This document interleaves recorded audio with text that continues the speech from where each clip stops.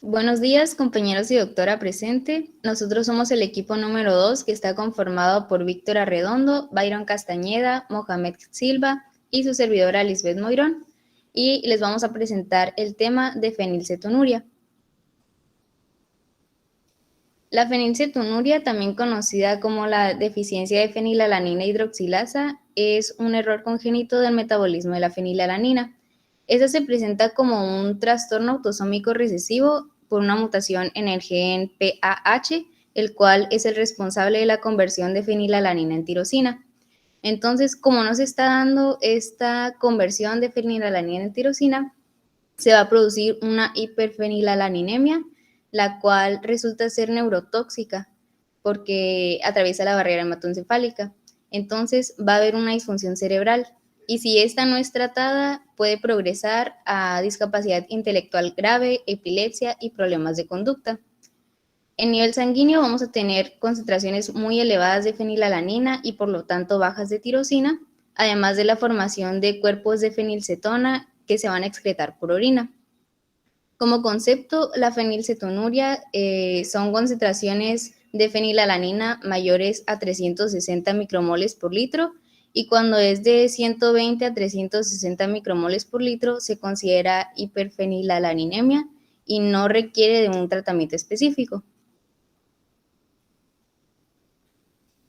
Pasando a la parte genética, como les mencionaba, es un trastorno autosómico recesivo por mutaciones en el gen PAH, el cual se encuentra en la subbanda 2, banda 3, región 2 del brazo largo del cromosoma 12.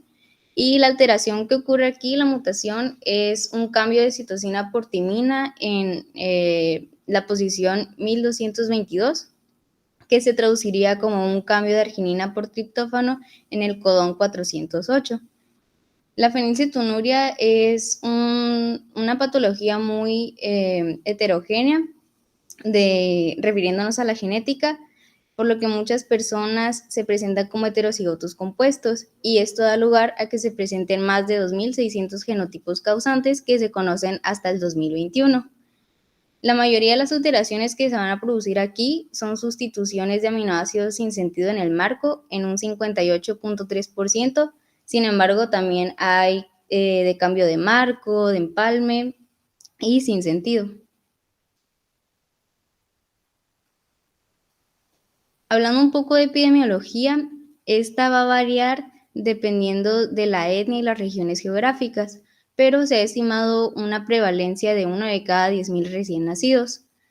Eh, es más prevalente en personas de raza blanca o de Asia Oriental, con una prevalencia aproximada de 1 de cada 10.000 a 15.000 nacidos vivos, mientras que en otras regiones como América hay una prevalencia de 1 de cada 25.000 a 50.000 recién nacidos vivos y es más rara en lugares como África, con una prevalencia de 1 de cada 90.000 nacidos vivos.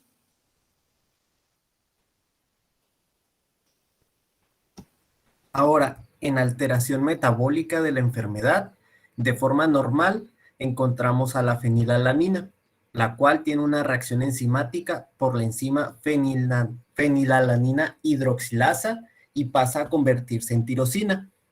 La fenilalanina hidroxilasa utiliza como cofactores a la tetrahidrobiopterina BH4, la cual después de la reacción enzimática pasa a dihidrobiopterina quinonoide, QBH2. También puede utilizar como cofactores al hierro ferroso y al oxígeno molecular. La tirosina, a grandes rasgos, pues tiene distintas vías metabólicas, las cuales sirven, por ejemplo, para la conversión de tiroxina en la glándula tiroides. También sirve como un intermediario en el ciclo de Krebs al crear alfumarato. También participa en la melanina por parte en las células melanocíticas y tiene una participación en la producción de neurotransmisores, como por ejemplo la dopamina, la adrenalina y la norepinefrina. Ahora, en la enfermedad se encuentra un fallo en la fenilalanina hidroxilasa, la cual hace que la fenilalanina aumente en grandes concentraciones. por medio de la vía de la fenilalanina se, se desamina, creando los productos como el fenilpiruvato, y del fenilpiruvato pasan el fenilactato y el fenilacetato. Estos productos se pueden encontrar en la orina, creando la fenilcetonuria. Y al, al haber una gran cantidad de fenilalanina, la cual no puede pasar a tirosina, los niveles de tirosina disminuyen, pero esta a grandes rasgos no es una complicación tan grande, pero sí participa en manifestaciones en el cerebro. Ahora, en el cerebro tenemos que las grandes concentraciones de fenilalanina ocupan los lugares de otros aminoácidos en los transportadores de aminoácidos L1. Entonces, la ocupación de la fenilalanina en el cerebro es muy alta, mientras que otros aminoácidos esenciales que se ocupan en el cerebro disminuyen en cantidad. Entonces, la fenilalanina llega a afectar la producción de neurotransmisores, más aparte, o con agregación de la disminución de la tirosina, que también participa en la producción de neurotransmisores.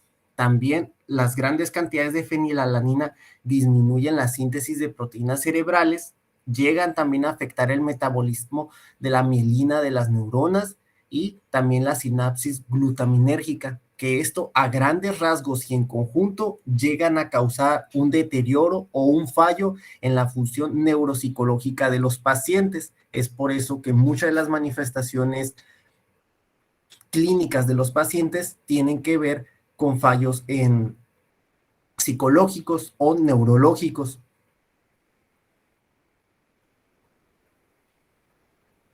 Ahora, de forma genética y como anteriormente se había comentado, las mutaciones se deben al gen PAH o PA, y el 98% de estas mutaciones se ven en este gen. Ahora, de este 98%, el 80% son mutaciones de tipo puntual. Esto quiere decir que se están clasificando en tres tipos muy comunes, que es el cambio de aminoácidos en la enzima fenilalanina hidroxilasa, clasificadas también como sentido erróneo; sin sentido, donde aquí se crea un codón de paro prematuro al momento de que se esté creando la enzima; y también llegan a afectar el splicing, aquí sobre todo en los intrones, afectando los sitios donadores o aceptor en el proceso de corte y empalme.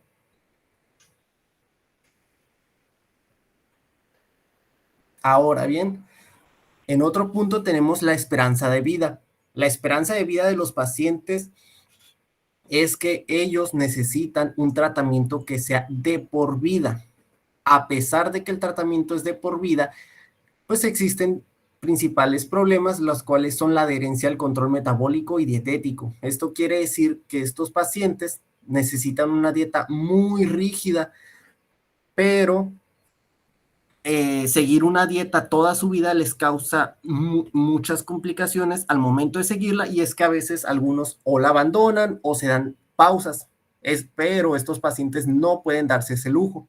Además, se ha visto que aún los pacientes que siguen la dieta casi toda su vida o siempre la siguieron, llegan a presentar aún así efectos adversos, como son la disminución en los bajos niveles de atención, el estado anímico, el cual principalmente tienen problemas como depresión, tienen bajos niveles de memoria y un deterioro en la función ejecutiva se ha visto también en estos pacientes, sobre todo en la edad adulta.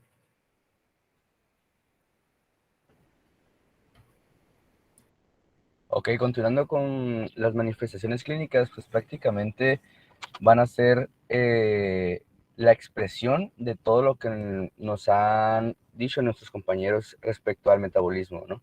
Entonces, cuando existe un aumento de los valores en sangre de la fenilalanina, pues se van a empezar a desarrollar problemas, sobre todo a nivel cerebral.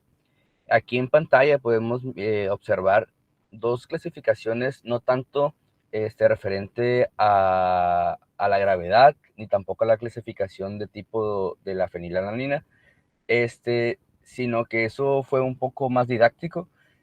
Las clasifiqué en estos dos grupos en cuanto a alteraciones oculocutáneas y alteraciones cerebrales, simplemente para poder mirar y separar un poco la clínica del paciente, ¿no? Entonces, las alteraciones oculocutáneas van a presentar una manifestación en el paciente que va a expirar un olor como húmedo o incluso como a moho. Va a tener una pigmentación más clara de la piel, ojos y cabellos. ¿Esto por qué? Por el metabolismo de la melanina. Como ya nos comentó mi compañero Byron, en el metabolismo de la fenilalanina. Va a tener una ceguera cortical y un eczema. Esto pues porque daña a nivel cutáneo, como ya les mencioné. A nivel cerebral, pues se van a ver un poco más arraigados estas manifestaciones en cuanto a los niveles de concentración de la fenilalanina en sangre. Es decir, en cuanto más concentrado esté la fenilalanina, los problemas neurológicos pues se van a ver un poco más acentuados, ¿no? Dentro de este grupo de alteraciones cerebrales podemos destacar la discapacidad intelectual grave, la epilepsia, los problemas de comportamiento, los problemas psiquiátricos y los problemas de movimiento. Entonces, si podemos darnos cuenta, estas manifestaciones pues, son un poco más graves que las manifestaciones oculocutáneas, pero pues la clínica del paciente va a ser pues, muy heterogénea, ¿no? Conforme a la patología como tal. Aquí podemos ver de una manera un poco más representativa las alteraciones, pues podemos encontrar una discapacidad intelectual grave, podemos encontrar aquellos pacientes que presentan epilepsia, convulsiones, aquellos pacientes que empiezan a desarrollar problemas neurológicos en cuanto a la psiquiatría, en cuanto a la forma de la percepción del mundo en que los rodea. Podemos también encontrar manifestaciones a nivel emocional que va a tener, ¿cómo se dice? Pues problemas en el cambio de humor, principalmente irritativos, ¿no? Estos pacientes también van a presentar pequeños movimientos involuntarios, y en la imagen inferior derecha pues les puse una tablita que representa como la gravedad o la estratificación en cuanto a la discapacidad intelectual, y podemos ver que la discapacidad intelectual grave pues está en un estado pues ahora sí que muy, muy severo, ¿no? Esto, lo que les mencioné, son manifestaciones en general. Sin embargo, como ya mencionó mi compañero Byron, pues el tratamiento es de por vida y juega un papel muy importante el manejar un plan multidisciplinario, vaya, con los personales de nutrición. ¿Para qué? Para que podamos tener un paciente controlado. Sin embargo, la mayoría de las pacientes que pues se diagnostican con estas llegan a ser un poco tarde su diagnóstico y puede llegar a tener complicaciones pues ya a nivel neurológico, ¿no? ¿Qué pasa cuando el tratamiento es inoportuno? Pues podemos tener estas presentaciones clínicas en los pacientes, principalmente ya en la vida adulta o a nivel de la adultez joven, ¿no?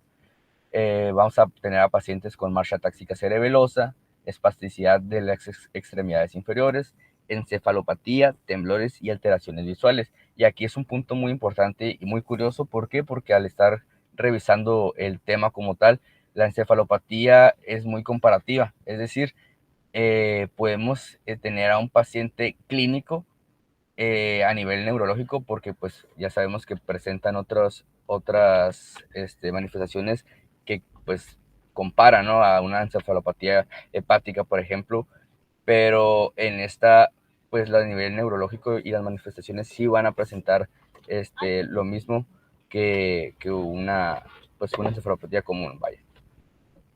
En la bibliografía también se han descrito casos en donde los pacientes ya tienen un nivel de demencia, es decir,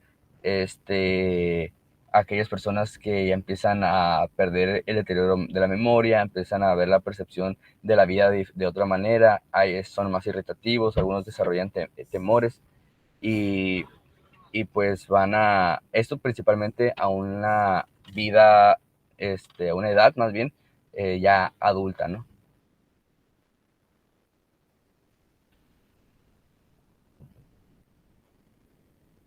Muy bien, ahora hablando acerca del diagnóstico, pues se realiza, como ya sabemos, extrayendo una gota de sangre y colocándola en una tarjeta de Guthrie, como se ve en la imagen. Y a partir de aquí se pueden realizar diferentes metodologías para detectar un aumento de la fenilalanina en la sangre.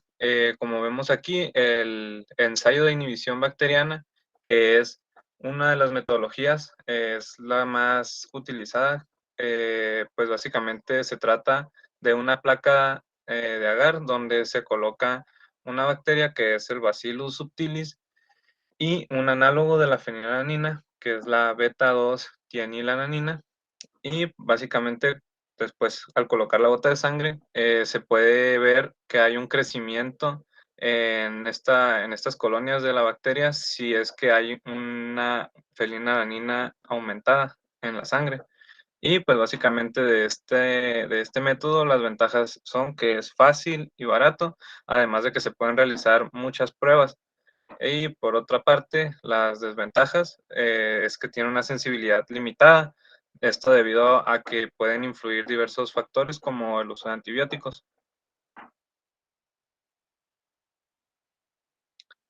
Otras pruebas que también son utilizadas, otras metodologías, son el microensayo fluorométrico y la espectrometría de masas en tándem, que estas son pruebas más sensibles y a la vez un poco más específicas, sobre todo la espectrometría de masas en tándem. Eh, ¿Por qué? Porque con estas vamos a medir los niveles de aminoácidos en la sangre o con la espectrometría más en tándem, no únicamente de fenilalanina, como sería con el microensayo fluorométrico, y por lo tanto, pues podemos detectar múltiples enfermedades metabólicas. Pues las contras de estas, principalmente que son más costosas.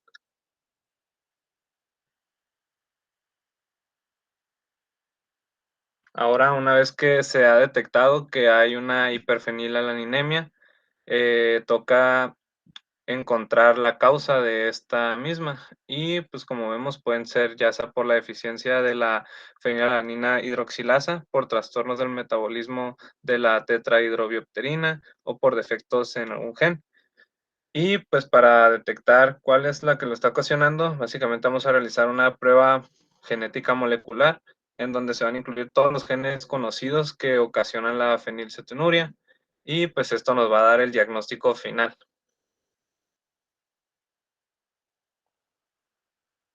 Ahora, como tratamiento, pues como ya lo mencionaron mis compañeros anteriormente, este va a consistir en una dieta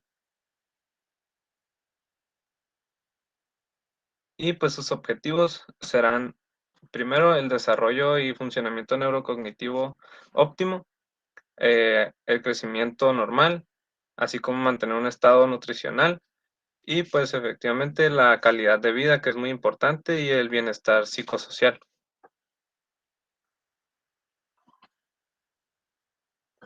Ahora, esta dieta se va a basar en tres pilares que son la restricción del consumo de proteína natural, la suplementación con mezclas de aminoácidos libres de fenilalanina, así como una dieta baja en proteínas. Ya lo mencionaron mis compañeros anteriormente, esto es un tratamiento que será de por vida y por lo tanto, pues los pacientes deben de tener muy buen apego a él, ya que se ha visto que incluso pacientes en la adultez, si no llevan un adecuado control metabólico, pues llegan a manifestar pues las manifestaciones que mis compañeros describieron hace unos momentos. Por lo tanto, es importante seguir la dieta al pie de la letra y pues siempre referir con un especialista en nutrición para que puedan llevarla a cabo. Otro punto son los fármacos, que pues básicamente su función es disminuir la concentración de fenilalanina en sangre. Sin embargo, pues estos no aplicarían para todas las personas. En el caso de la sapropterina dihidrocloruro, que es un análogo de la tetrahidropterina, es útil solamente para un subgrupo de estos pacientes, mientras que la pegvaliasa, que es una enzima que se va a encargar del metabolismo de la fenilalanina, es muy útil, pero presenta algunos efectos adversos, como los que se mencionan aquí, las reacciones en la piel, artralgia, anafilaxia, en raros casos, pero puede haber. Pero estos ocurren sobre todo dentro de los primeros 6 meses en que se inicia el tratamiento debido a la respuesta por anticuerpos, y una vez pasados esos 6 meses, pues ya mejora bastante. Pero pues sí son efectos adversos que llegan a los pacientes a que dejen el tratamiento. Y por último, pues mencionar algunas terapias que están en vista del futuro, como es la terapia genética, que esta sería pues la terapia ideal porque sería la cura para estas enfermedades, como ya hemos visto en clases anteriores, por medio de la técnica de CRISPR o por nanopartículas que contengan el RNA mensajeros de esta enzima que puedan luego procesarse en las células y de esta manera pues aliviar, digamos, el problema de la fenilcetonuria, aunque claro sería un tratamiento también de estarlo proviendo de por vida. La terapia de reemplazo enzimático, algo parecido a la pegvaliasa, solamente que esta se planea que sea mediante un donador de sangre y por lo tanto en estas células rojas se pueda, pues digamos que las células vayan a sintetizar la enzima como tal y pues esto conlleva menores efectos adversos. Y por último, la cepiapterina, que es un precursor de la tetrahidrobiopterina, pero esta con una mayor capacidad para entrar a células y reducir los niveles de fenilalanina en sangre de una manera más rápida. Pero pues como les comenté, estas son terapias que aún están en vistas de un futuro, pues esperemos que pronto. Eh, y pues ya algunas de ellas ya están en pruebas para realizarse, ya están más avanzadas que otras, pero aún no hay ninguna disponible. Por último, nuestra bibliografía y pues eso sería todo por nuestra parte. Muchas gracias por su atención y que tengan un bonito día.